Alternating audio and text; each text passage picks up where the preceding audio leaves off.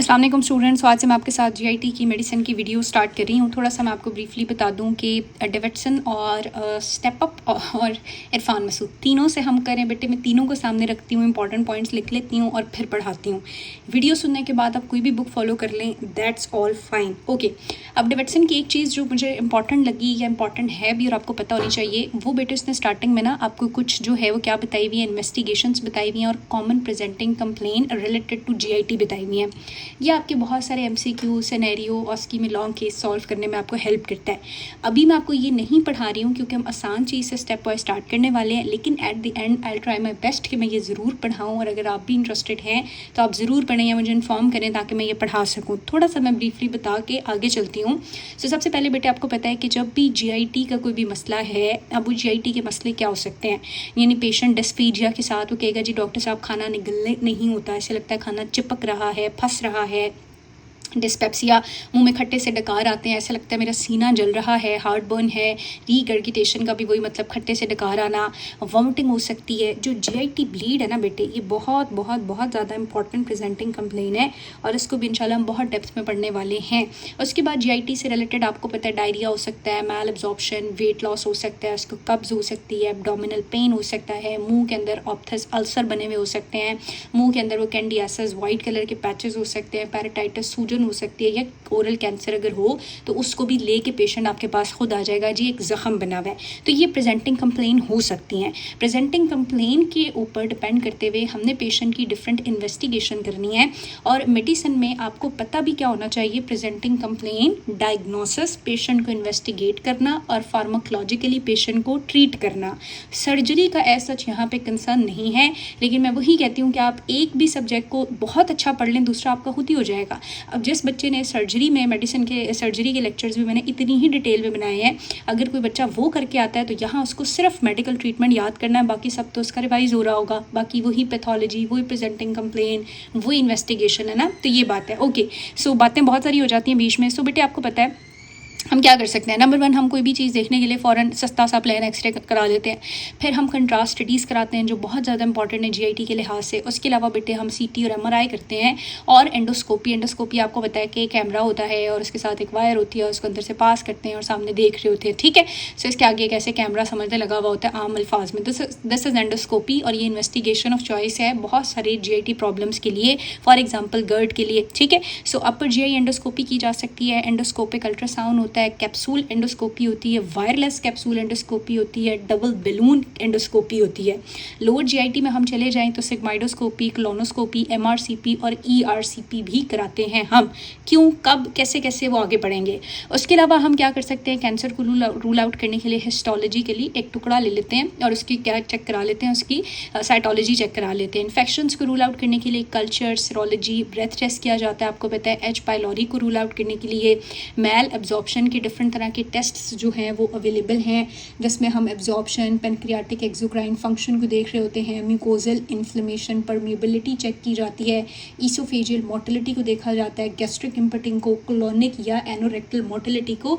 लेकिन ये सारी बातों पे परेशान नहीं होना, ये एंड पे मैं पढ़ाऊंगी, ठीक है। उसके अलावा रेडियो आइसोटॉप टेस्टिंग भी बहुत सारे केसेस में कार्बन 13 दे के, यूरिया ब्रेथ टेस्ट जैसे किया जाता है, और इसी तरह टेक्नीशियम सल्फ़र दे के या टेक्नीशियम 99 कुछ था वो भी दे के हम इस तरह से रेडियो आइसोटॉप टेस्टिंग भी जीआईटी की करते हैं। और कुछ गट के हार्मोन की टेस्टिंग भी है, जैसे सीरम जो है वो अमाइलेज करा लिया, लाइपेज करा लिया, ठीक है, कि वो जीआईटी में कितना आके रिलीज़ हो रहे हैं, सीरम में कितने अवेलेबल हैं। तो ये डिफरेंट तरह की आपके पास टेस्टिंग मोडेलिटीज़, इन्वेस्टिगेशंस हैं जो जीआईटी में डिफरेंट स्टेप्स पे अप्लाई होंगी। पहले वो हम नॉर्मल पैथोलॉजीज़ पढ़ते हैं, उनको अप्लाई करते हैं और एंड पे हम इंशाल्लाह ये सारा दोबारा पढ़ेंगे, ठीक है। प्रेजेंटिंग कंप्लेंट्स मैंने आपको बता दी हैं। अब बेटे आपको बताया कि जीआईटी में क्या आता है। जीआईटी में हमारे पास ईसोफेगस आ गया, उसके बाद हमें पता है कि जी स्टमक आ गया, स्मॉल इंटेस्टाइन आ गया, और स्मॉल इंटेस्टाइन के बाद हम देखेंगे large intestine and colon and rectum तक। तो हम लोग इसको कैसे पढ़ेंगे, पोर्शन वाइज पढ़ेंगे। सबसे पहले हम इसको डिवाइड कर लेते हैं कि हम ईसोफेगस के मसले पढ़ने जा रहे हैं, ठीक है, और इसी के साथ पास पेपर्स देखेंगे। अब ईसोफेगस के क्या मसले हो सकते हैं। ईसोफेगस में इन्फ्लेमेशन या इन्फेक्शन हो सकता है, ये मैं भी बढ़ाने लगी हुई, मैंने आपकी आसानी के लिए लिखा था, ठीक है। सो ईसोफेगस में सबसे पहले इन्फ्लेमेशन या इन्फेक्शन हो सकता है जिसको हम बोलेंगे ईसोफेजाइटिस। और ईसोफेजाइटिस क्यों होता है, due to GERD, due to infection and due to some other reasons जो भी पढ़ेंगे। उसके बाद बहुत दफ़ा ऐसे होता है कि ईसोफेगस की ना मोटिलिटी में मसला आ जाता है, खाना यहाँ पे रुक जाता है, वो नीचे जाता नहीं है, चिपक रहा है या जा रहा है तो बड़ा स्लो जा रहा है, रुक रहा है। वो मोटिलिटी के डिसऑर्डर्स हमने पढ़ने हैं, जिसमें एक्लेजिया है, डिफ्यूज़ ईसोफेजियल स्पैज्म है, नट क्रैकर ईसोफेगस है और डाइवर्टिक्यूला की भी कुछ एसोसिएशन है। उसके अलावा बेटे हाइटस हर्निया है, मैलरी विस सिंड्रोम है, ईसोफेजियल वेब्स का नाम आपने सुना होगा, वो बड़ा इंपॉर्टेंट है, डिस्टली एंड अपर पार्ट में किस तरह से वेब्स बनते हैं। एंड देन ईसोफेजियल परफोरेशन को भी डिस्कस करेंगे, क्योंकि ये भी एक इमरजेंसी की सिचुएशन है।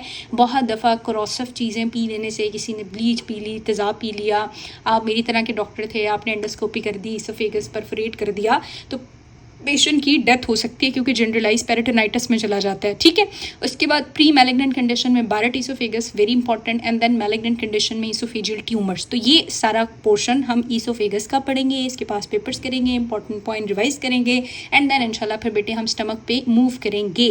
अगेन आप लोगों के जहन में कोई सजेशन, कोई चीज़ जो मैं अभी साथ साथ इंप्रूव कर सकूँ, प्लीज़ मुझे बताया करें। ओके, सो स्टार्ट करते हैं बेटे सबसे पहले लाइक इन्फ्लेमेशन और इन्फेक्शन से। और हमने कहा कि जी इन्फ्लेमेशन और इन्फेक्शन में यानी सबसे इम्पॉर्टेंट जो चीज़ जो ईसोफेजाइटिस कॉज करती है और जो सबसे ज़्यादा कॉमन है वो है जी हमारे पास गर्ड। ठीक है, सो अब हम लोग जो है वो स्टार्ट करने लगे हैं ईसोफेगस, और ईसोफेगस में हमने डिस्कस करना है ईसोफेजाइटिस को। ईसोफेजाइटिस के लिए एक बड़ा प्रॉन और बड़ा इंपॉर्टेंट जो एक डिजीज़ है जो बड़ा कॉमन है, आपको पता है, वो है नंबर 1 गर्ड। उसके बाद बाकियों को डिस्कस करते हैं। अब गर्ड की बेटे आप नाम से समझें या जिस तरह से भी पैथो समझें, आप ये समझ लें कि गर्ड से मतलब क्या है। गर्ड का ये मतलब है गैस्ट्रो ईसोफेजियल रिफ्लक्स, यानी गैस्ट्रिक से ईसोफेजियम में रिफ्लक्स होता है, एक चीज़ ऊपर जाती है। ठीक है, और वो ऊपर जाके डिजीज़ कर देती है। अब आपको पता है ये जो स्टमक है इसमें बहुत सारा एसिड बनता है ना, जब भी हम खाना खाते हैं एसिड रिलीज़ होता है। तो नॉर्मली ये होता है कि जो लोअर ईसोफेजियल स्फिंक्टर है इसकी टोन बड़ी अच्छी होती है और ये बंद रहता है। जब खाना आता है ये खुल जाता है, खाना नीचे जाता है तो ये बंद हो जाता है। ठीक है, लेकिन इन लोगों में क्या है, इन लोगों में अब कुछ ऐसे मसले हैं, मसलों की बात ज़रा बाद में करते हैं, लेकिन ये जो लोअर ईसोफेजियल स्फिंक्टर है वो इतना कॉम्पिटेंट नहीं है। नंबर 1 ये हो सकता है बेटे कि उसकी जो टोन है वो कम है, इसलिए वो थोड़ा खुला रहता है, या नंबर 2 ये है कि वो इनअप्रोप्रिएटली रिलैक्स हो जाता है, यानी खाना नहीं था फिर भी रिलैक्स हो गया। अब यहाँ पे खाने का क्रैश हो रहा होता है, ऐसे वो आपको याद है ना, हो रहा होता है सारा खाना ऐसे आटे की तरह, हम कहते थे गूंद रहा होता है, वेव्स होती हैं। तो उस टाइम फिर क्या होता है कि एसिड जो है यहाँ से ऊपर चला जाता है। ठीक है, जब गैस्ट्रिक से एसिड ऊपर ईसोफेगस में जाता है तो इसको कहते हैं गैस्ट्रो ईसोफेजियल रिफ्लक्स। ठीक है, दिस इज़ रिफ्लक्स ना।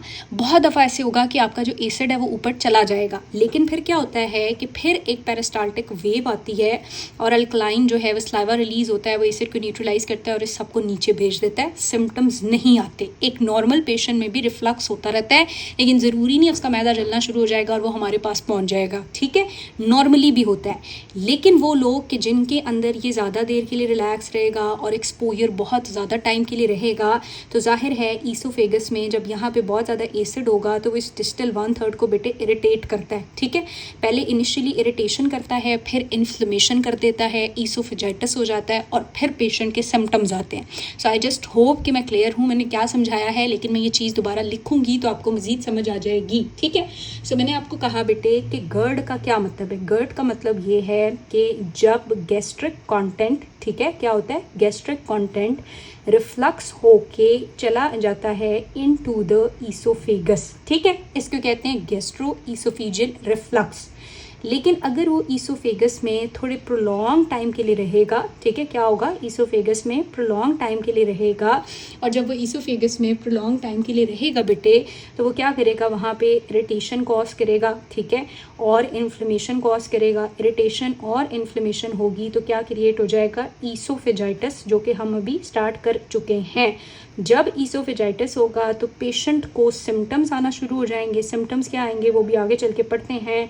जब सिम्टम्स आएंगे तो फिर हम इसको डिजीज़ का नाम दे देंगे कि ये जो रिफ्लक्स है ये अब डिजीज़ बन गया है। क्लियर? सो गैस्ट्रिक कंटेंट ईसोफेगस में जाए, वहाँ इरिटेशन करे, इन्फ्लेमेशन करे, ईसोफेजाइटिस करे, सिम्टम करे, तो हम कहते हैं दिस इज़ गुड। अब वो कहता है कि आपने समझनी है पैथोफिजियोलॉजी। ठीक है, पैथोफिजियोलॉजी में